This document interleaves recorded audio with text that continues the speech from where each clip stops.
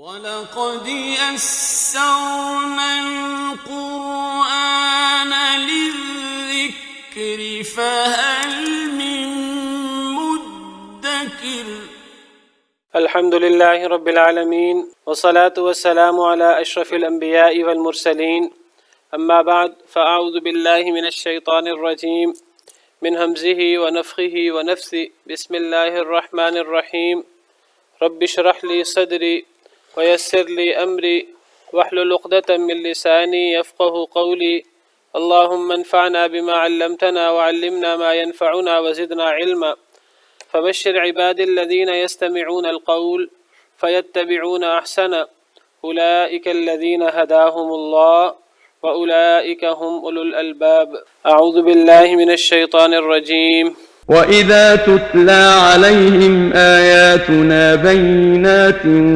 قَالَ الَّذِينَ كَفَرُوا لِلْحَقِّ لَمَّا جَاءَهُمْ هَذَا سِحْرٌ مُّبِينٌ أَمْ يَقُولُونَ افْتَرَاهُ قُلْ إِنِ افْتَرَيْتُهُ فَلَا تَمْلِكُونَ لِي مِنَ اللَّهِ شَيْئًا هُوَ أَعْلَمُ بِمَا تُفِيضُونَ فِيهِ كفى به شهيدا بيني وبينكم وهو الغفور الرحيم أعوذ بالله من الشيطان الرجيم بسم الله الرحمن الرحيم وإذا تتلى عليهم آياتنا بينات قال الذين كفروا للحق لما جاءهم هذا سحر مبين اور جب پڑھی جاتی ہیں ان پر ہماری آیتیں واضح روشن اور واضح بالکل صریح آیتیں جب پڑھی جاتی ہیں ان پر قال الذین کفروا للحق لما جاءہم کہتے ہیں وہ لوگ جنہوں نے کفر کیا حق کے لیے جب بھی وہ ان کے پاس آئے ھذا سحر مبین کہ یہ تو جادو ہے واضح۔ اللہ فرماتے ہیں کہ جس نے نہیں ماننا اس کو آپ حق سنائیں، اس کو آپ اللہ کی آیات سنائیں جو اپنے مفہوم میں بالکل واضح ہیں، اور ایک تو وہ اللہ کی آیات ہیں، دوسری بات ہے کہ وہ عقلی طور پر بھی وہ حق کو ثابت کر رہی ہوتی ہیں۔ ان آیات سے مخالفین کتنا ہی متاثر کیوں نہ ہو رہے ہوں، لیکن چونکہ وہ اپنے آپ کو بدلنا نہیں چاہتے، چونکہ وہ اپنی اصلاح نہیں چاہتے، وہ تبدیل نہیں ہونا چاہتے، تو ان کے پاس جب بھی حق آتا ہے وہ حق کتنا ہی واضح کیوں نہ ہو، کتنا ہی مدلل اور کتنا ہی جو ہے وہ لاجیکل کیوں نہ ہو، انہوں نے چونکہ نہیں ماننا ہوتا حق کو تو وہ کہہ دیتے ہیں کہ یہ واضح جادو ہے۔ مشرکین کی بات ہو رہی ہے۔ مشرکین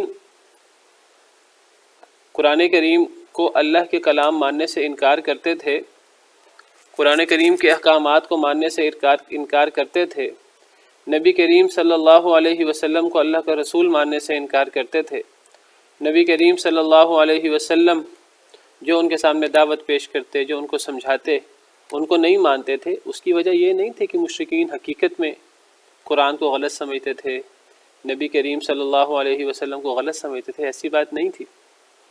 یہ بات یاد رکھیے کہ مشرکین نبی کریم صلی اللہ علیہ وسلم کو نبوت سے پہلے سے جانتے تھے۔ نبی کریم صلی اللہ علیہ وسلم نے اپنی پوری زندگی ان میں گزاری تھی، اور باقاعدہ نبی کریم صلی اللہ علیہ وسلم نے اپنی پرانی زندگی کو بطور دلیل ان پر پیش بھی کیا، قرآن کریم میں موجود ہے۔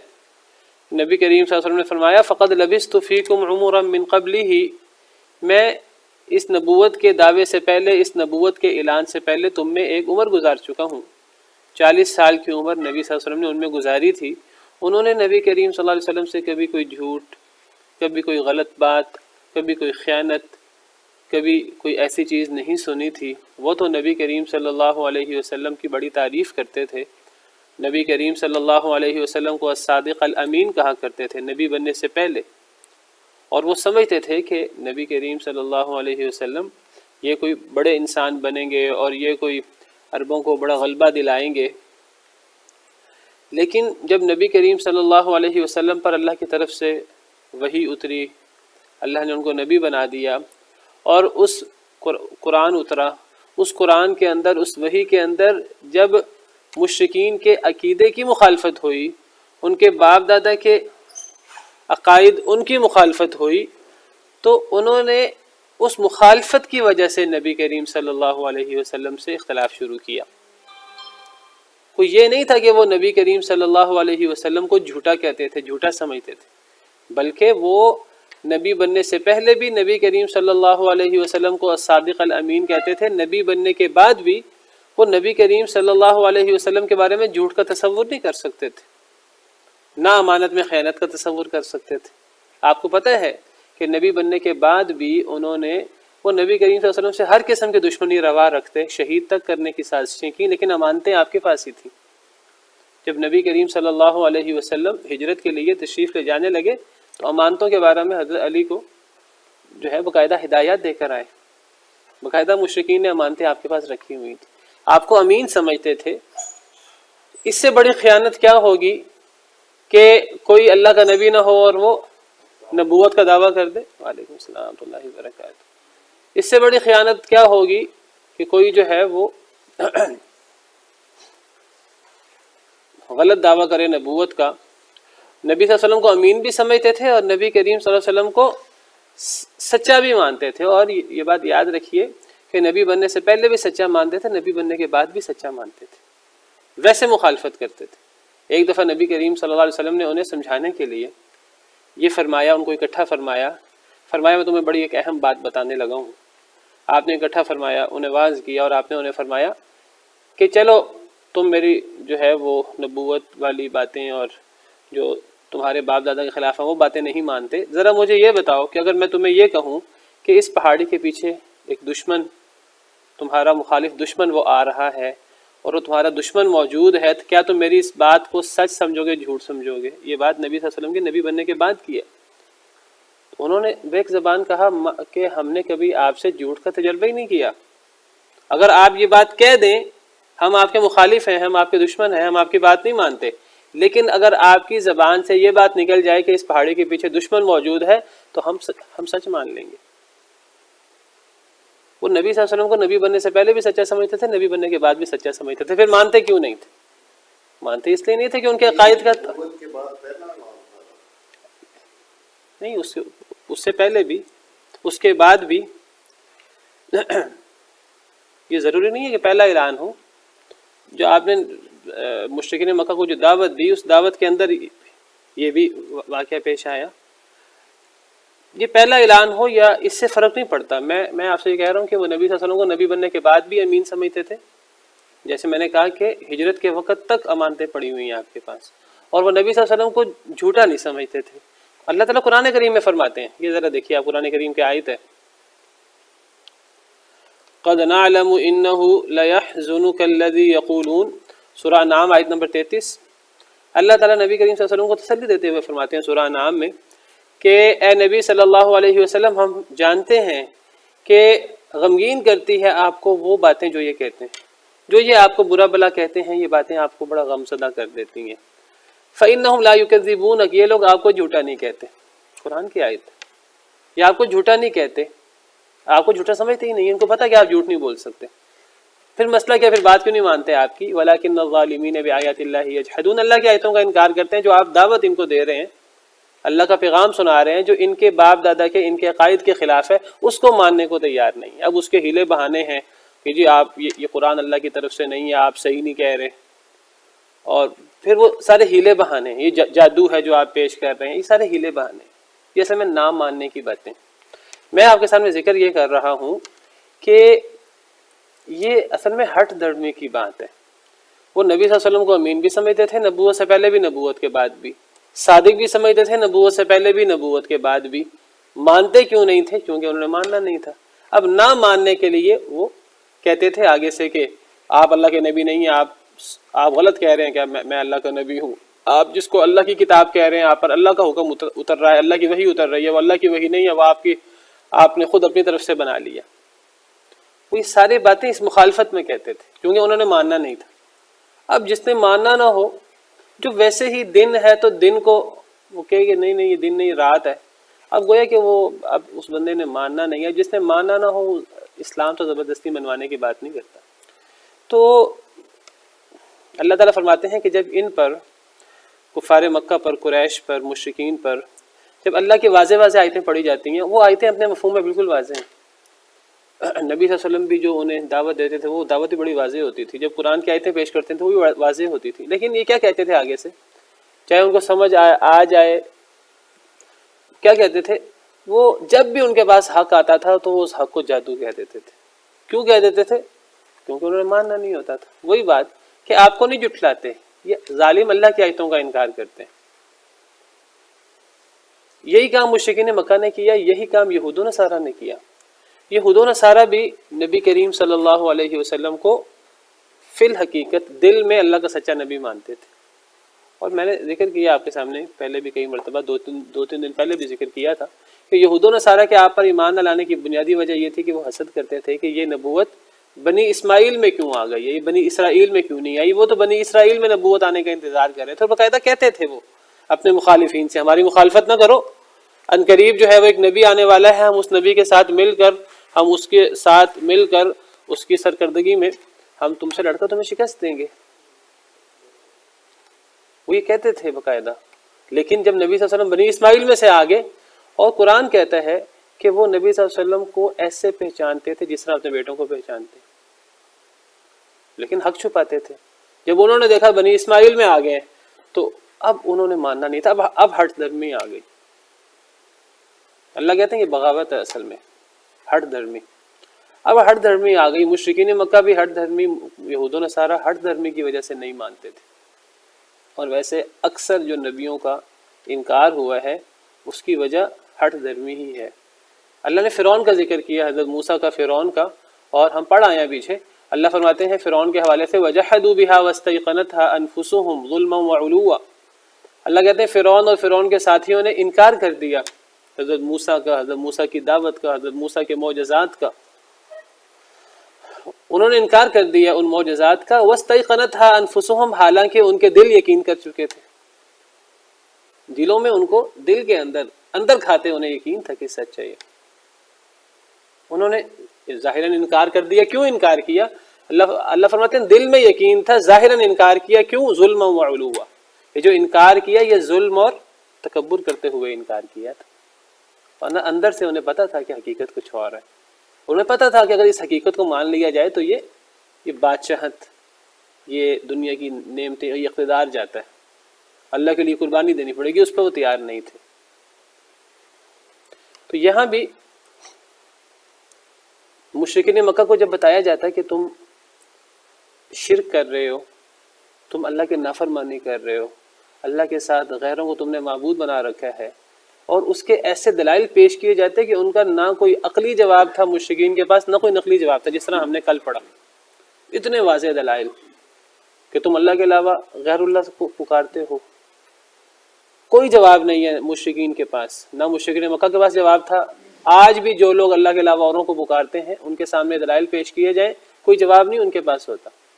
اپنے کثرت کے زام میں آ کر، طاقت کے بل بوتے پر وہ کسی کو چپ کرانے کی کوشش کریں تو کریں، ایک الگ بات ہے. نہ کوئی عقلی دلیل، نہ کوئی نقلی دلیل، لیکن اصل میں ماننا نہیں ہوتا. اللہ فرماتے ہیں جتنی واضح دلیل پیش کر دی جائے انہوں نے ماننی نہیں ہے. دیکھیں اس زمانے میں وہ کیا کہتے تھے، واضح سے واضح آیت پیش کی جاتی، کافر لوگ جب بھی حق آیا انہوں نے حق کا انکار کیا. حق کو وہ کہہ دیتے تھے یہ واضح جادو ہے. کوئی نبی صلی اللہ علیہ وسلم معجزہ دکھا دیتے، وہ معجزے کو جادو کہہ دیتے. اللہ تعالیٰ فرماتے ہیں قرآن کریم میں وَلَوْ فَتَحْنَا عَلَيْهِمْ بَابًا مِّنَ السَّمَاءِ فَظَلُّوا فِيهِ يَعْرُجُونَ. سورہ حجر آیت نمبر 14-15. اللہ فرماتے ہیں کہ اگر ہم ان پر آسمان کا دروازہ کھول دیں، اگر نبی کریم صلی اللہ علیہ وسلم ان کے سامنے اپنے نبی ہونے کے یہ معجزہ پیش کریں اللہ کے حکم سے کہ انہیں آسمان کا دروازہ کھلا نظر آئے، سیڑھیاں نظر آئیں، فَظَلُّوا فِيهِ يَعْرُجُونَ، یہ اس سیڑھیوں پر چڑھ کر آسمان کے دروازوں سے آسمانوں پر بھی چلے جائیں، اگر نبی صلی اللہ علیہ وسلم اللہ کے حکم سے یہ معجزہ بھی دکھا دے، اتنا واضح معجزہ، لقالوا انما سکرت ابصارنا، پھر بھی نہیں مانیں گے۔ یہ کیا کہیں گے؟ یہ کہیں گے ہماری تو نظر بند کر دی گئی ہے، ہمیں تو مدہوش کر دیا گیا ہے، ہم تو کوئی شراب تو نہیں پی ہوئی ہم نے، ہم تو کوئی مدہوش تو نہیں ہیں، بل نحن قوم مسحورون، بلکہ ہم پر تو جادو ہو گیا ہے۔ نہیں مانیں گے اس کو۔ کیوں نہیں مانیں گے؟ کیونکہ ماننا نہیں چاہتے۔ وَإِن يَرَوْا آيَةً يُعْرِضُوا وَيَقُولُوا سِحْرٌ مُسْتَمِرٌ، سورہ قمر میں اللہ فرماتے ہیں کہ جب وہ چاند 2 ٹکڑے ہوا، بہت ساری نشانیاں، اللہ فرماتے ہیں جو نشانی بھی دیکھتے ہیں منہ موڑ لیتے ہیں۔ کیا کہتے ہیں؟ کہتے ہیں کہ پرانا جادو چلا آ رہا ہے۔ یہ اصل میں اس دور کا طریقہ کار تھا حق کو نہ ماننے کا۔ کیا کہہ دیتے تھے؟ جادو ہے۔ اور آج کیا کہتے ہیں لوگ؟ ان کو آیت پیش کرو، دلیل پیش کرو، یا آیت کا مطالبہ کرو، دلیل کا مطالبہ کرو، آگے سے کہہ دیتے ہیں وہابی ہے، بات ختم ہو گئی، کوئی آگے کسی اور چیز کی ضرورت نہیں ہے۔ تو اس طرح کر کے تو بحث نہیں ہوتی، بحث تو ہوتی ہے دلائل کے ساتھ۔ قل ہاتوا برہانکم ان کنتم صادقین، کہہ دیجیے اپنے دلیل لے آؤ اگر تم سچے ہو۔ قرآن کی زبان میں ایتونی، ہم نے کل پڑھا، ایتونی بکتاب من قبل ھذا او اثارۃ من علم ان کنتم صادقین، کوئی اس سے پہلے کی کتاب لے آؤ، اپنی کتابوں میں سے کوئی چیز لے آؤ اے یہود و نصارہ، او اثارۃ من علم، یا کتاب کے علاوہ کوئی نبیوں سے نقل شدہ کوئی علم سند کے ساتھ وہ لے آؤ۔ کسی نبی نے یہ کہا ہو کہ اللہ کے ساتھ اوروں کو شریک بنانا چاہیے، ان کے لیے نظر و نیاز لینی چاہیے، ان کے لیے ذبح کرنا چاہیے، ان سے دعائیں مانگنی چاہیے غیر اللہ سے، ان کو پکارنا چاہیے، کوئی دلیل لے آؤ؟ کوئی دلیل نہیں ہے۔ بس اصل میں نا ہر زمانے میں نا کچھ الفاظ، کچھ ایک چیز رٹ لی جاتی ہے اگلے بندے کو چپ کرانے کے لیے، اس کے پیچھے کوئی حقیقت نہیں ہوتی۔ لیکن اب لوگ ایک طریقہ کار اپنا لیتے ہیں کہ فلاں بندہ یا فلاں گروہ جب بھی بات کرے اس کی بات میں بڑا اثر ہے، جب آپ کو جواب نہ آئے نا، اب جواب تو ہوتا نہیں تھا مشرکین مکہ کے پاس، اب نبی صلی اللہ علیہ وسلم کے حوالے سے انہوں نے کیا مشہور کر دیا؟ دیکھیے کئی طریقے۔ قرآن کریم کا اثر اتنا زیادہ تھا کہ وہ قرآن کریم کا انکار نہیں کر سکتے تھے۔ اب جو بندہ بھی قرآن کو سنتا، کئی لوگ قرآن سن کے مسلمان ہو گئے۔ اب انہوں نے کیا ہیلا اپنایا؟ انہوں نے کہا کہ قرآن کے بارے میں یہ مشہور کر دو کہ یہ قرآن، یہ محمد صلی اللہ علیہ وسلم، ہم کہتے ہیں صلی اللہ علیہ وسلم، ان کا ذاتی قول ہے۔ یہ مشہور کر دو کہ یہ انہوں نے تورات و انجیل سے کچھ چیزیں، کوئی ان کا استاد ہے یہودی عیسائی، اس سے کچھ چیزیں، وہ خود تو پڑھے نہیں ہوئے، اس سے کچھ تورات و انجیل کے قصے سن کر، کوئی تورات و انجیل کی باتیں سن کر وہ جو ہے نا لکھ لیتے ہیں، یا ان کو جو ہے وہ سنا دی جاتی ہیں، اور وہ اس کو قرآن کے طور پہ ہمارے پاس پیش کر دیتے ہیں۔ یا انہوں نے کہا کہ یہ کہہ دو کہ یہ جو شخص ہے محمد، ہم کہتے ہیں صلی اللہ علیہ وسلم، یہ جادوگر ہے، یہ لوگوں کے ذہن پر قبضہ کر لیتا ہے، لوگوں کو بے وقوف بنا دیتا ہے۔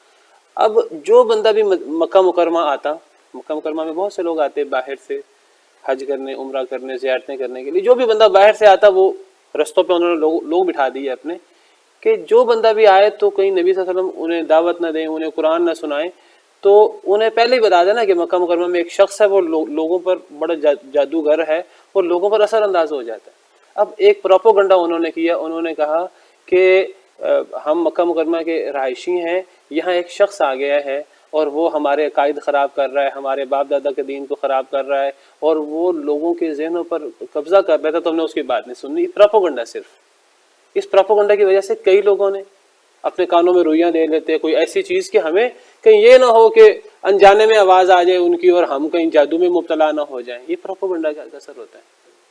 جب اس طرح کا پروپوگنڈا ہوتا ہے تو ایک بندہ پھر غور ہی نہیں کرتا، وہ اس پروپوگنڈا کی وجہ سے۔ تو ہر دور میں لوگوں نے کچھ پروپوگنڈا بنا لیا ہوا ہے۔ تو آج کے دور میں کیا بنایا ہوا انہوں نے؟ ان کو پتہ ہے کہ جب کوئی بات ہوگی، دلیل ہوگی، دلیل تو انہوں نے دینی نہیں ہوتی کوئی بھی۔ یہاں تو جو ہے وہ عقیدہ بھی عقیدت سے بنتا ہے، کوئی دلیل نہیں ہوتی عقیدے کے پیچھے۔ زیادہ سے زیادہ دلیل ہوگی تو کیا ہوگا کہ جی ہمارے مولوی صاحب نے یہ بتایا ہے، اور فلاں کتاب میں یہ لکھا ہے، اور فلاں بزرگوں کا یہ قول ہے۔ کوئی دلیل تو نہیں ہے قرآن اور سنت کی صورت میں۔ اب جب دلیل نہیں آتی، ان سے کہا جائے کہ جی قرآن کریم کی کوئی آیت، کوئی حدیث مبارکہ، چلو ہم آیت پیش کر دیتے ہیں، ہم حدیث پیش کر دیتے ہیں۔ اب انہوں نے ایک لفظ بنا دی کہ یہ وہابی ہے، یہ گستاخ۔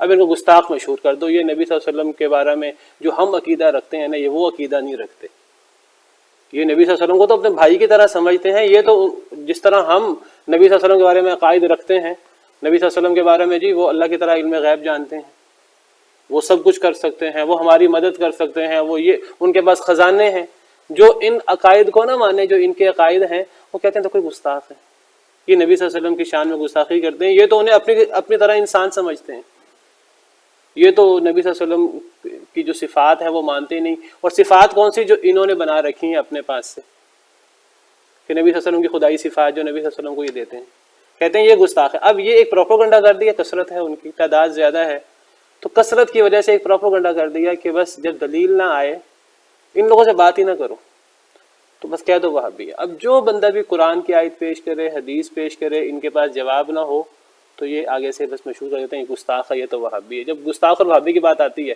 بات آگے ختم ہو جاتی ہے، پھر آگے آپ بات نہیں کر سکتے، تو یہ تو اصل اسی طرح کا ایک پروپیگنڈا ہے۔ اصل میں وہابی کسی مخصوص گروہ کو نہیں کہتے، یہ دیوبندی حضرات کو بھی وہابی کہہ دیتے ہیں کئی موقعوں پر۔ جی دیکھیے جی، یہ تو یعنی وہ لوگ یہ بات کہتے ہیں، ویسے وہ عبد الوہاب نہیں ہے، محمد بن عبد الوہاب ہے، اور وہ حضرت شاہ ولی اللہ کے دور کے ہیں، جس دور میں حضرت شاہ ولی اللہ تھے، آج سے کہ 200-250-300 سال پہلے کے ہیں، جس دور میں شاہ ولی اللہ ان کا خاندان نے یہاں اصلاح کا کام کیا ہے، اس دور میں وہاں ان لوگوں نے یہ کام کیا ہے۔ اور محمد بن عبد الوہاب جو ہیں ان کی وہ ایک سعودی ایک شخص تھا محمد بن سعود، جس کے نام سے سعودیہ اور آل سعود سارا، یہ ان کا بانی محمد بن سعود ہے۔ اور محمد بن عبد الوہاب جو ہیں وہ ایک بزرگ ہیں جنہوں نے عرب علاقے میں جو ہے وہ کام کیا بدعات کے خلاف، شرک کے خلاف، مزاروں کے خلاف، اور شیعہ حضرات نے جو مزارات وغیرہ بنائے ہوئے تھے اور اس قسم کا جو سلسلہ تھا انہوں نے اس کے خلاف کام کیا۔ جس دور میں یہاں حضرت شاہ ولی اللہ، حضرت شاہ اسماعیل شہید وغیرہ نے کام کیا، اس دور میں انہوں نے وہاں کام کیا، تو ان کی نسبت سے وہابی کہہ دیتے ہیں، حالانکہ اگر ان کی نسبت ہو، ان کی نسبت سے محمدی کہنا چاہیے، ان کا اصل نام محمد بن عبد الوہاب ہے۔ اصل میں محمد بن عبد الوہاب اور محمد بن سعود ان کا آپس میں اتفاق ہو گیا تھا کہ محمد بن عبد الوہاب کے بارے میں یہ عالم تھے، وہ عالم نہیں تھا وہ شخص، تو یہ طے ہوا تھا کہ علمی معاملات جو ہیں نا وہ محمد بن عبد الوہاب کے سپرد ہوں گے، اور جو حکومتی معاملات ہیں وہ محمد بن سعود کے سپرد ہوں گے۔ پھر یہ لوگ اور ان کے پیروکار، ان کے ساتھ متبعین مل کر انہوں نے لڑائی کی مخالفین سے، اور ان کو غلبہ حاصل ہو گیا، بغیر جہاد ہوا، اور بڑی انہوں نے کوششیں اس کے لیے کی۔ اور پھر اس کے بعد اب جتنے بھی محمد بن سعود کی اولاد میں لوگ ہیں ان کو آل سعود کہتے ہیں، یہ جو ہے نا وہاں کا خاندان ہے، شاہی خاندان، اور جو بھی محمد بن عبد الوہاب کی اولاد میں سے ہیں ان کو آل شیخ کہتے ہیں، اور آج ان کو آل شیخ کہتے ہیں، وہ ان کو محمد بن عبد الوہاب کو شیخ کہتے ہیں، شیخ محمد بن عبد الوہاب، تو ان کو آل شیخ کہتے ہیں۔ تو مفتی عام طور پہ مفتی اعظم آل شیخ سے ہوتا ہے عام طور پر، شیخ یہ جو آج کل کے مفتی ہیں یہ بھی آل شیخ میں سے ہیں۔ اور پھر وہاں کے بڑے بڑے جو عہدے ہوتے ہیں دینی، وزیر مذہبی امور، وزیر عدل وغیرہ، یا ائمہ حرم، ان کی کوشش ہوتی ہے آل شیخ میں سے ہوں، کبھی کبھی آل شیخ کے علاوہ بھی ہو جاتے ہیں۔ تو یہ جو حکومتی معاملات ہیں یہ آل سعود کے پاس ہیں، اور اس وقت آل سعود کی یہ تیسری حکومت چل رہی ہے۔ بہرحال وہ ایک لمبی تاریخ ہے۔ تو وہ وہابی، حالانکہ وہابی اگر نسبت ان کی طرف ہو تو محمدی ہونی چاہیے، یا اگر عبد الوہاب کی طرف بھی، عبد الوہاب تو ان کے والد کا نام تھا، عبد الوہاب کی طرف ہو تو عبدی نسبت ہونی چاہیے۔ تو وہابی، وہاب تو اللہ کا نام ہے، تو وہ اللہ کے نام کی طرف نسبت کر کے وہابی۔ تو بہرحال انہوں نے جو ہے نا وہ ایک طریقہ کار رکھا ہے کہ ایک چھیڑ بنا دی ہے، وہ ایک پروپیگنڈا جس طرح ہے نا وہ نہ ماننے کے لیے، تو وہابی۔ بہرحال بات دور نکل رہی ہے، میں صرف یہ کہہ رہا ہوں، دیکھیے ہمارا دین ہے کتاب و سنت، یہی ہمارا دین ہے، یہی ہماری شریعت ہے۔ اللہ تعالیٰ فرماتے ہیں وَكَيْفَ تَكْفُرُونَ وَأَنْتُمْ تُتْلَى عَلَيْكُمْ آيَاتُ اللَّهِ وَفِيكُمْ رَسُولُهُ، تم کیسے کفر کر سکتے ہو، تم میں اللہ کی آیتیں پڑھی جاتی ہیں اور تم میں اللہ کا رسول موجود ہے۔ بس دو چیزیں ہیں ہمارے دین کے اندر، ایک قرآن اور ایک سنت۔ اب جس طرف قرآن لے جائے، جس طرف ہمیں نبی کریم صلی اللہ علیہ وسلم کی سنت لے جائے، وہ ہمارا دین ہے، وہ ہماری شریعت ہے، ہمیں اس کی پیروی کرنی ہے۔ اور جو بات قرآن و حدیث کے خلاف ہے وہ چیز ہمارا دین نہیں ہو سکتی، چاہے اسے کہنے والا کوئی بڑے سے بڑا کوئی امام ہی کیوں نہ ہو۔ اور ائمہ کرام جو ہیں وہ ہمیں بتاتے رہے کہ کوئی بھی معصوم نہیں ہے، وہ کہتے رہے ہم خود بھی معصوم نہیں ہیں، وہ کہنے لگے اگر ہماری کوئی بات کتاب و سنت کے خلاف ہو، خود ائمہ کرام سے یہ بات ثابت ہے، تو وہ کہتے ہیں ہماری کوئی بات کتاب و سنت کے خلاف ہو تو ہماری بات کو دیوار پر دے مارو، ہماری بات کی کوئی حیثیت نہیں ہے۔ تو ائمہ کرام بھی یہی کہتے رہے کہ اگر قرآن و حدیث سے ہماری بات ٹکرائے تو قرآن و حدیث کی بات مان لو، وہی ہمارا مسلک ہے۔ امام ابو حنیفہ رحمہ اللہ سے جو ہے وہ اسی قسم کی بات ثابت ہے کہ جب حدیث صحیح ہو جائے وہ میرا مذہب ہے، میرا مسلک ہے، اس کو اپنا لو۔ اسی طرح دیگر ائمہ کرام سے۔ تو بہرحال بات دور نکل رہی ہے، تو اصل چیز ہے دلیل قرآن کی اور سنت کی۔ قرآن اور سنت ہمیں جس طرف رہنمائی کریں ہمیں اس کو ماننا ہے۔ اگر اس کو نہیں ماننا اور اپنے عقائد جو بنائے ہوئے ہیں یا جو ہم نے اپنے باپ دادا سے سیکھے ہوئے ہیں یا جو ہم نے اپنے مولوی حضرات سے اپنے علماء سے سن رکھے ہیں، چاہے وہ کتاب و سنت کے خلاف کیوں نہ ہو، اگر ہم نے بس انہی کو ماننا ہے تو پھر فرق کیا ہوا؟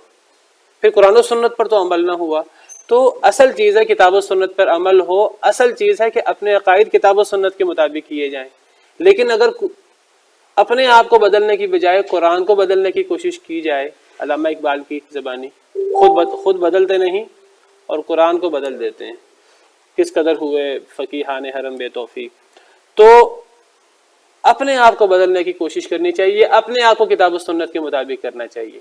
اب مشرکین مکہ کی بات ہو رہی ہے کہ کتنے زبردست دلائل ہم نے پیچھے پڑے ہیں 2-3 آیتوں میں کہ اللہ کے علاوہ کسی کو پکارا نہیں جا سکتا۔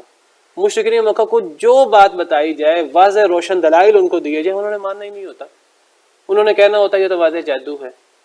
یہ کام مشرکین مکہ کرتے تھے۔ بھئی وہ تو مشرکین تھے، وہ تو کافر تھے، وہ تو قرآن کریم کو نہیں مانتے تھے، نبی صلی اللہ علیہ وسلم کو نہیں مانتے تھے، اللہ کو نہیں مانتے تھے۔ چلو ہم تو اپنے آپ کو مسلمان کہتے ہیں، ہم تو کتاب و سنت کو فوقیت دیں، کتاب و سنت کی بات مانیں، کتاب و سنت پر عمل کریں۔ ہم میں سے سب کا عقیدہ ہونا چاہیے جو بات کتاب و سنت کے مطابق ہے میں اس پر عمل کروں گا۔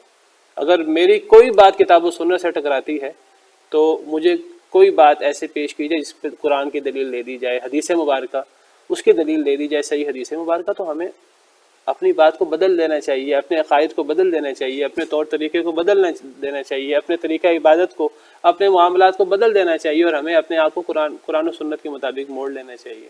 تو یہ دیکھیں ہمیں کتاب و سنت یہ نہیں سکھاتے، وہ کہتے ہیں اپنا چھوڑو نہ اور ہمیں چھیڑو نہ۔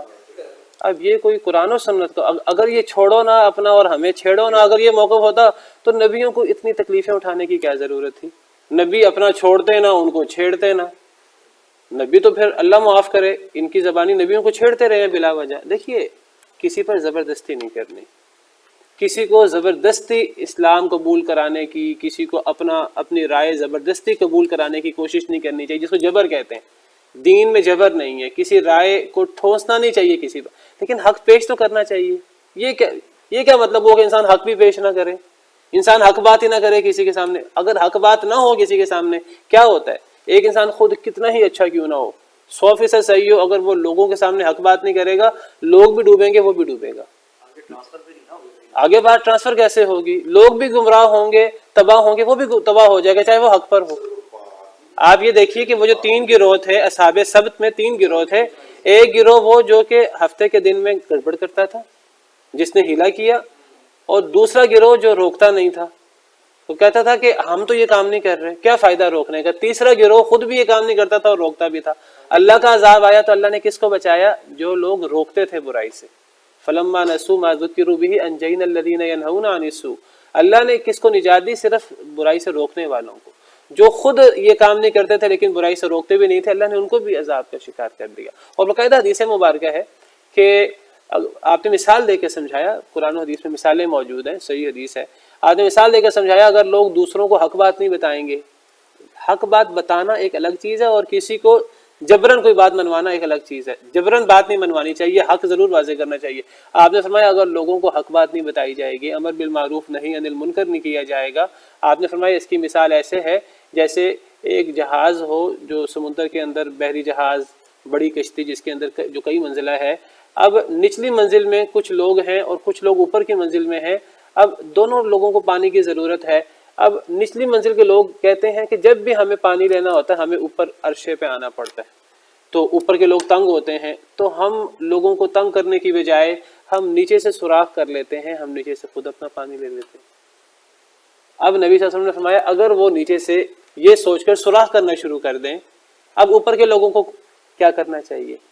اوپر کے لوگوں نے سوراخ نہیں کیا، انہوں نے غلط کام نہیں کیا، نیچے کے لوگوں نے غلط کام کیا، اوپر کے لوگوں کو نیچے کے لوگوں کو روکنا پڑے گا۔ اگر نہیں روکیں گے تو اوپر کے لوگ بھی تباہ ہوں گے، غرق ہوں گے، نیچے کے لوگ بھی غرق ہوں گے۔ اگر حق والے لوگ لوگوں کو حق بات نہیں بتائیں گے تو جب وہ تباہ ہوں گے تو یہ بھی ساتھ تباہ ہوں گے۔ بلکہ قرآن کریم کی آیت ہے وَاتَّقُوا فِتْنَةً لَا تُصِيبَنَّ الَّذِينَ ظَلَمُوا مِنْكُمْ خَاصَّةً، اس فتنے سے بچ جاؤ جو صرف ظالموں کو نہیں آتا۔ اس فتنے کا شکار پھر جو ظالم نہیں ہے لیکن وہ گنگا شیطان بن کے بیٹھا ہے، اللہ معاف کرے، تو اس کو بھی پھر وہ جو ہے نا عذاب پہنچتا ہے۔ اور صرف بچتا کون ہے اس عذاب سے؟ جو اصلاح کرنے والا ہے، اصلاح کرنے والا۔ ایک ہوتا ہے صالح جو خود نیک ہے، اور ایک ہوتا ہے مصلح جو خود بھی نیک ہو اور لوگوں کی اصلاح بھی کوشش کرے۔ نبی صلی اللہ علیہ وسلم نے فرمایا کہ اسلام اجنبی شروع ہوا تھا اور ایک وقت آئے گا اسلام اجنبی بن جائے گا دوبارہ۔ پھر آپ نے فرمایا فَطُوبَى لِلْغُرَبَاءِ الَّذِينَ يُصْلِحُونَ مَا أَفْسَدَ النَّاسِ، ان لوگوں کے لیے خوشخبری ہو جو اصلاح کا کام کرتے ہیں، جو اصلاح کرتے ہیں جو لوگوں نے فساد پیدا کر دیا۔ ہمارے دین کا ایک بڑا جو ہے وہ ایک طریقہ کار ہے امر بالمعروف نہی عن المنکر۔ اس امت کا بنیادی فریضہ ہی امر بالمعروف نہی عن المنکر ہے۔ صرف خود نیک بن کر انسان نمازیں پڑھنا شروع کر دینا، بچوں کو بتائے نہ کسی اور کو بتائے نماز پڑھنے کا، تو اللہ کے ہاں پکڑ ہوگی اس کی۔ اللہ تعالیٰ نے سورہ عصر میں ایک آیت کریمہ میں دو تین آیت کریمہ میں اللہ نے پوری بات واضح فرما دی۔ فرمایا زمانے کی قسم والعصر ان الانسان لفی خسر، سارے انسان خسارے میں ہیں سوائے کن لوگوں کے الا الذین آمنوا وعملوا الصالحات، وہ لوگ جو ایمان لائے اور جنہوں نے نیک عمل کیے۔ یہ تو ہے ذاتی نیکی۔ وتواصوا بالحق وتواصوا بالصبر، پھر دوسروں کو حق کی تلقین کی، دوسروں کو صبر کی تلقین کی۔ صرف اکیلی اپنی نیکی کافی نہیں ہے، دوسروں کو پھر بتانا پڑتا ہے۔ تو بہرحال یہ کہنا کہ اذان کا وقت ہو گیا، یہ کہنا کہ جی اپنا مسلک چھوڑو نہ، دوسروں کو چھیڑو نہ، اگر یہی مسلک ہوگا تو پھر جو ہے وہ دنیا میں ایک جو ہے وہ جمود طاری ہو جائے گا، نہ کبھی حق کی اصلاح ہوگی اور پھر جو ہے وہ معاشرے تباہ ہو جائیں گے، اللہ معاف کرے۔ تو حق بات واضح کرنی چاہیے، حق کی طرف دعوت دینی چاہیے، جبر نہیں کرنا چاہیے۔ اور اللہ فرماتے ہیں وَمَنْ أَحْسَنُ قَوْلًا مِّمَّنْ دَعَا إِلَى اللَّهِ، اللہ فرماتے ہیں کہ جو اللہ کی طرف دعوت دے، اس سے بہتر بات کس کی ہو سکتی ہے؟ اس سے بہتر کوئی شخص نہیں جو اللہ کی طرف دعوت دے۔ دعوت کا کام جاری رہنا چاہیے، اور نبیوں کا کام تھا وَدَاعِيًا إِلَى اللَّهِ بِإِذْنِهِ، نبی اللہ کی طرف اللہ کے حکم سے دعوت دینے والے ہوتے ہیں۔ یہ تو بڑا ہی آسان کام ہے۔ نبیوں نے تو دیکھیے آپ مخالفتیں، دشمنیاں مول لیں، کئی نبیوں کو شہید کر دیا گیا، کئی رسولوں کو شہید کر دیا گیا۔ نبی صلی اللہ علیہ وسلم پر کتنی دفعہ جو ہے وہ آپ کو شہید کرنے کی سازشیں ہوئی، کیوں؟ آپ جو ہے وہ دعوت دیتے تھے، آپ جبر نہیں کرتے تھے۔ ان کو دعوت سے اتنی تکلیف پہنچتی تھی کہ وہ آپ کے مخالف ہو گئے، حالانکہ آپ نے کبھی جبر نہیں کیا کسی پر۔ فرمایا ام یقولون افترا، کیا وہ کہتے ہیں کہ اس نے اس کو گھڑ لیا ہے؟ کیا وہ کہتے ہیں یعنی مشرکین مکہ، کفار مکہ کہتے ہیں کہ اس نے اس کو گھڑ لیا ہے، یعنی محمد صلی اللہ علیہ وسلم نے اس کو یعنی قرآن کو گھڑ لیا ہے۔ کیا وہ یہ کہتے ہیں کہ یہ انہوں نے قرآن اپنے پاس سے بنا لیا ہے؟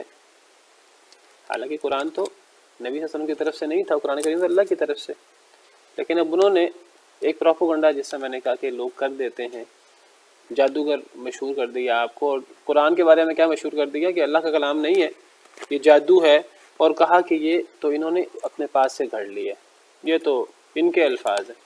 اللہ تعالیٰ نے قرآن کریم میں جگہ جگہ اس کا رد کیا، اور اللہ فرماتے ہیں اگر یہ انسانی کلام ہو سکتا ہے، تم کہتے ہو محمد صلی اللہ علیہ وسلم نے اپنے طرف سے گھڑ لیا ہے، تو تم بھی انسان ہو، وہ تو اکیلے ہیں، تم کہتے ہو کہ وہ خود قرآن کو گھڑتے ہیں۔ اگر یہ قرآن گھڑا جا سکتا ہے اس طرح کر کے، تو اس قرآن جیسا قرآن تم سب لوگ مل کے لے آؤ، اس قرآن جیسا قرآن چھوڑیں۔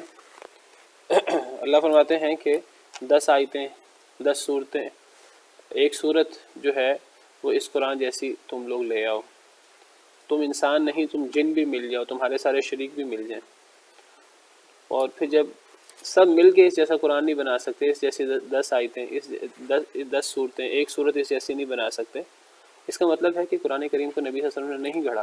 بہرحال اللہ فرماتے ہیں ام یقولون افترا، کیا وہ کہتے ہیں کہ اس نے اس کو گھڑ لیا ہے؟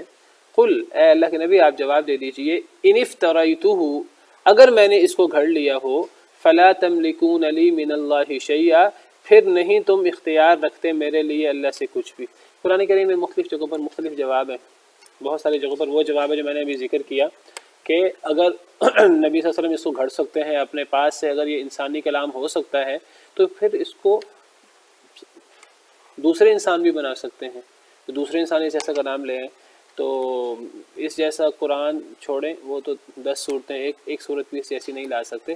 یہاں جواب یہ ہے کہ وہ کہتے ہیں کہ انہوں نے اس کو گھڑ لیا ہے، آپ جواب دیجئے اگر میں نے اسے گھڑ لیا ہو تو پھر اللہ مجھے ایسی سزا دے گا، اگر بالفرض سمجھانے کے لیے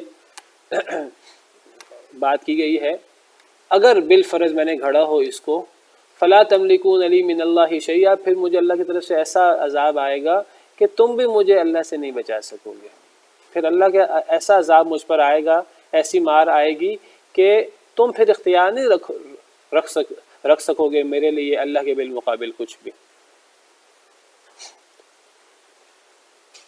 ایک آیت کریمہ میں اللہ تعالیٰ فرماتے ہیں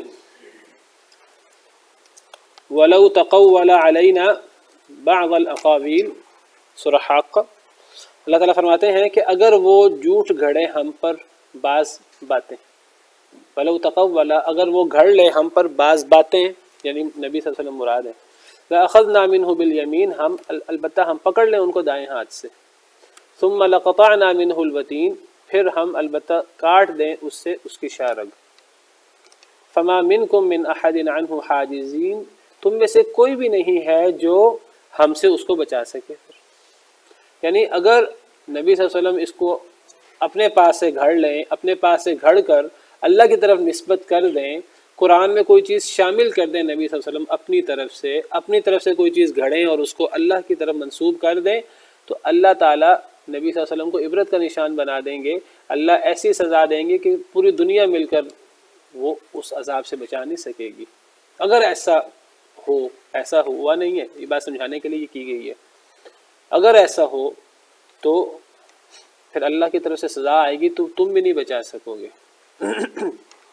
اس سے پتہ لگتا ہے کہ ایسا ہوا تو نہیں کہ اللہ تعالیٰ اپنے نبیوں کو، اپنے رسولوں کو، اپنے نیک بندوں کو کیوں سزا دے گا؟ اگر اللہ کی طرف سے کوئی سزا آ جائے، اللہ کے دشمنوں کو پوری دنیا مل کر اس سزا سے نہیں بچا سکتی۔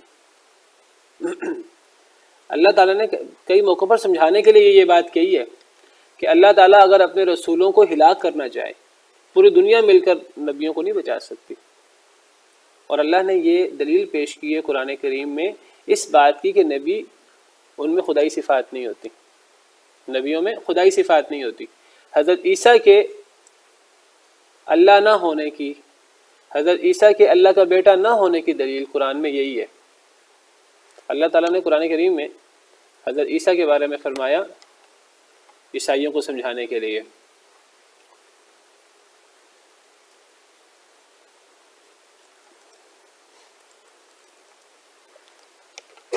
اللہ تعالیٰ فرماتے ہیں سورہ مائدہ آیت نمبر 17، لقد کفر الذین قالوا ان اللہ هو المسیح ابن مریم، البتہ تاکہ کفر کیا ان لوگوں نے جنہوں نے کہا کہ اللہ مسیح ابن مریم ہے، مسیح ابن مریم اللہ ہیں، جنہوں نے یہ بات کہی انہوں نے کفر کیا، یہ تو شرک ہے سراسر۔ اللہ تعالیٰ اس کا جواب دیتے ہیں عقلی، اللہ فرماتے ہیں قل، اے اللہ کے نبی صلی اللہ علیہ وسلم آپ فرما دیجئے، فمن یملک من اللہ شیئا، کون اللہ سے اختیار رکھ سکتا ہے کچھ بھی، ان اراد ان یہلک المسیح ابن مریم، اگر اللہ ارادہ کرے، بالفرض اللہ ارادہ کرے کہ اللہ مسیح ابن مریم کو ہلاک کر دے، کیا کوئی بچا سکتا ہے انہیں؟ وَأُمَّهُ، اور ان کی ماں کو بھی اگر اللہ ہلاک کرنا چاہے، وَمَنْ فِي الْأَرْضِ جَمِيعًا، اور اگر اللہ تعالیٰ زمین کے سارے لوگوں کو ہلاک کرنا چاہے، اگر اللہ زمین کے سارے لوگوں کو ہلاک کرنا چاہے کوئی نہیں بچا سکتا انہیں، اگر اللہ تعالیٰ حضرت عیسیٰ بن مریم کو ہلاک کرنا چاہے انہیں کوئی نہیں بچا سکتا، اگر اللہ تعالیٰ حضرت عیسیٰ کی والدہ کو، حضرت مریم کو ہلاک کرنا چاہے، حضرت مریم کے بارے میں بھی وہ کہتے تھے، عیسائی کہتے تھے کہ وہ 3 میں سے ایک حضرت مریم ہے، تو حضرت عیسیٰ کو، حضرت عیسیٰ کی والدہ کو اگر اللہ ہلاک کرنا چاہے پوری دنیا مل کر وہ نہیں بچا سکتی۔ یہ اس بات کی دلیل ہے کہ وہ معبود نہیں ہے، اگرچہ اللہ نے یہ بات بطور فرض کہی ہے سمجھانے کے لیے، لیکن اس سے یہ پتہ لگتا ہے کہ اگر اللہ ایسا کام کرے پوری دنیا مل کر جو ہے وہ نہیں بچا سکتی، یہ اس بات کی دلیل ہے کہ یہ معبود نہیں ہے۔ اور یہاں اللہ تعالیٰ فرما رہے ہیں کہ اگر نبی صلی اللہ علیہ وسلم اس کو گھڑ لیں قرآن کو اپنے پاس سے تو پھر اللہ کی طرف سے ایسی سزا آئے، اگر ایسا ہو تو ایسی سزا آئے کہ تم سب مل کر بھی نبی صلی اللہ علیہ وسلم کو اللہ سے بچا نہیں سکو گے۔ گویا کہ مطلب یہ ہو کہ نبی صلی اللہ علیہ وسلم نے ایسا نہیں کیا کہ انہوں نے قرآن کو اپنے پاس سے گھڑ لیا ہے۔ هو اعلم بما تفیضون فی، اللہ زیادہ جانتا ہے، وہ زیادہ جانتا ہے ساتھ اس کے تفیضون فی جس میں تم مگن ہو۔ تم یہ جو باتیں کرتے ہو نبی کے خلاف، نبی کو اللہ کا نبی نہیں مانتے، قرآن کریم کو اللہ کی کتاب نہیں مانتے، اور یہ جو تم اس قسم کی باتیں کرتے ہو کہ یہ قرآن تو نبی صلی اللہ علیہ وسلم نے اپنے پاس سے گھڑ لیا ہے، یہ جو تم اس قسم کی باتوں میں مگن ہو، اللہ اس کو بخوبی جانتا ہے، وہ زیادہ جانتا ہے ساتھ اس کے تفیضون فی جس میں تم مگن ہو۔ کفا بہ شہیدا بینی و بینکم، کافی ہے وہ گواہ میرے اور تمہارے درمیان۔ گویا کہ مقصد کیا ہے؟ پہلے تو رد کیا کہ نہیں، اس کو محمد صلی اللہ علیہ وسلم نے نہیں گھڑا، تم غلط کہہ رہے ہو کہ اس کو محمد صلی اللہ علیہ وسلم نے گھڑ لیا ہے، نہیں گھڑا۔ پھر اللہ تعالیٰ فرما رہے ہیں یہ جو تم بات کہہ رہے ہو بات بڑی خطرناک ہے، یہ بات اللہ کے نزدیک بڑی ناپسندیدہ ہے کہ یہ بات کہی جائے کہ نبی صلی اللہ علیہ وسلم نے اپنے پاس سے اس قرآن کو گھڑ لیا ہے، اس قرآن کو اللہ کی کتاب نہ مانا جائے، یہ بات بہت اللہ کو ناپسند ہے۔ اللہ کو بخوبی علم ہے جو تم جن باتوں میں مگن ہو، جو تم اس قسم کی بکواسات کر رہے ہو، اللہ اس کو بخوبی جانتے ہیں۔ لیکن اصل میں دنیا جو ہے یہ بدلے کے لیے ہے نہیں، دنیا جزا کے لیے ہے نہیں۔ اللہ گواہ کافی ہے میرے اور تمہارے درمیان، تم مجھ پر یہ الزام لگاتے ہو، حالانکہ میں نے کبھی جھوٹ نہیں بولا، میں نے کبھی امانت میں خیانت نہیں کی، میں حق بات کہتا ہوں۔ اگر تم میری اس بات کو نہیں مانتے تو اللہ گواہ کافی ہے میرے اور تمہارے درمیان، پھر یہ فیصلہ اب قیامت کے دن ہوگا، یہ مراد ہے۔ بہت زیادہ وعید ہے اس آیت کے اندر۔ امام ابن کثیر رحمہ اللہ فرماتے ہیں اس آیت کے اندر جتنی وعید ہے اور جتنا ڈانٹ کا انداز ہے بخوبی واضح ہے کہ تم جو اس قسم کی باتیں کرتے ہو اللہ کو ان باتوں کا بڑا پتہ ہے، اور اللہ کا گواہ کافی ہے میرے اور تمہارے درمیان۔ لیکن ساتھ ہی کیا فرمایا؟ وَهُوَ الْغَفُورُ الرَّحِيمُ، کہ وہ اللہ بہت بخشنے والا، بہت رحم کرنے والا ہے۔ پچھلے جملے میں تو سخت انداز ہے اور آیت کا اختتام ہوا ہے مغفرت اور رحمت پر۔ کیا مطلب؟ امام ابن کثیر رحمہ اللہ اور دیگر مفسرین فرماتے ہیں مقصود یہ ہے کہ اتنی خطرناک باتوں کے باوجود بھی، اتنی غلط باتوں کے باوجود بھی جس کو اللہ دیکھتے ہیں، اللہ گواہ کافی ہے، اگر تم توبہ کر لو، اتنی بڑی بات کہنے کے بعد، اتنے بڑے کلمہ کفر کے بعد بھی اگر تم توبہ کر لو تو اللہ رب العالمین تمہاری یہ بات بھی معاف کرنے کو تیار ہے۔ اللہ تعالیٰ اس کے باوجود بھی تم پر رحم کرنے کو تیار ہے، بشرطے کہ تم اپنی اصلاح کر لو۔ اگر نہیں اصلاح کرو گے تو پھر اللہ کو تو بخوبی پتہ ہے جو تم جن باتوں میں مگن ہو، اللہ گواہ کافی ہے میرے اور تمہارے درمیان، پھر قیامت کے دن ٹھیک ہے فیصلہ ہو جائے گا۔ لیکن اگر تم اصلاح کر لو، یہ مراد ہے، تو اللہ تعالیٰ بخشنے والا، رحم کرنے والا ہے۔ قرآن کریم میں ایک اور مقام پر یہی انداز اللہ تعالیٰ نے اختیار کیا ہے، سورہ فرقان میں اللہ تعالیٰ فرماتے ہیں، سورہ فرقان آیت نمبر 5، وَقَالُوا أَسَاطِيرُ الْأَوَّلِينَ اكْتَتَبَهَا فَهِيَ تُمْلَى عَلَيْهِ بُكْرَةً وَأَصِيلًا، انہوں نے کہا یعنی مشرکین مکہ نے، کفار مکہ نے، اساطیر الاولین اکتتبها، کہ یہ پرانے لوگوں کی کہانیاں ہیں۔ جب نبی صلی اللہ علیہ وسلم قرآن پیش کرتے، قرآن میں پرانے نبیوں کے قصے بھی ہوتے، وہ کہتے کہ یہ پرانے لوگوں کی کہانیاں ہیں۔ اکتتبها، اس نے لکھوا لیا ہے ان کو، یعنی نبی صلی اللہ علیہ وسلم نے ان قصوں کو لکھوا لیا، کن سے؟ یہودیوں عیسائیوں سے، تورات و انجیل سے اس کو لکھوا لیا ہے، یہ اللہ کی طرف سے نہیں ہے، یہ پرانے لوگوں کی کہانیاں ہیں، انہوں نے اس کو لکھوا لیا ہے۔ فَهِيَ تُمْلَى عَلَيْهِ بُكْرَةً وَأَصِيلًا، یہ صبح شام آپ پر پڑھی جاتی ہیں، کوئی آپ کا استاد ہے وہ یہودی عیسائیوں میں سے، وہ آپ پر صبح شام پڑھتا ہے اس کو، اور وہی آپ عربی زبان میں پیش کر دیتے ہیں۔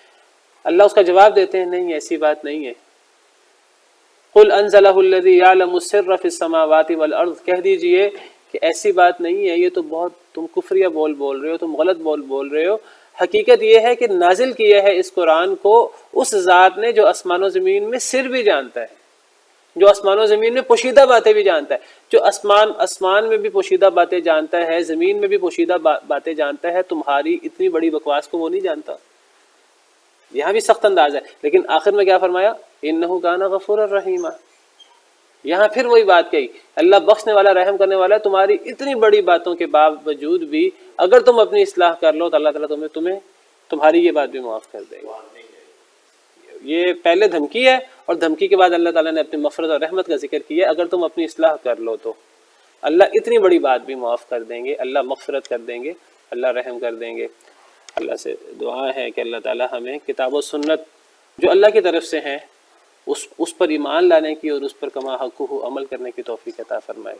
وآخر دعوانا ان الحمد للہ رب العالمین۔ القرآن اهتدي في رحمه